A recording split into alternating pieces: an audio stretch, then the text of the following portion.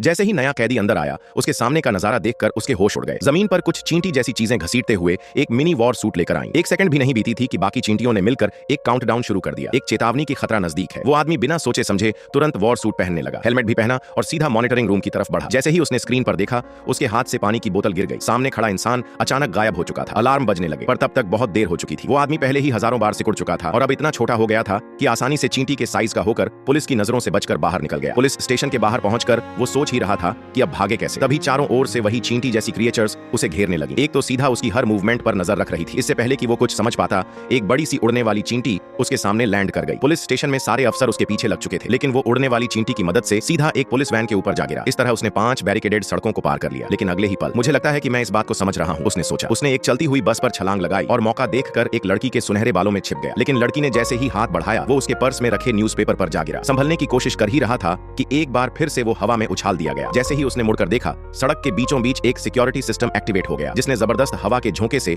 उसे और उसकी सवारी को एक झटके में आसमान की ऊंचाई तक उड़ा दिया।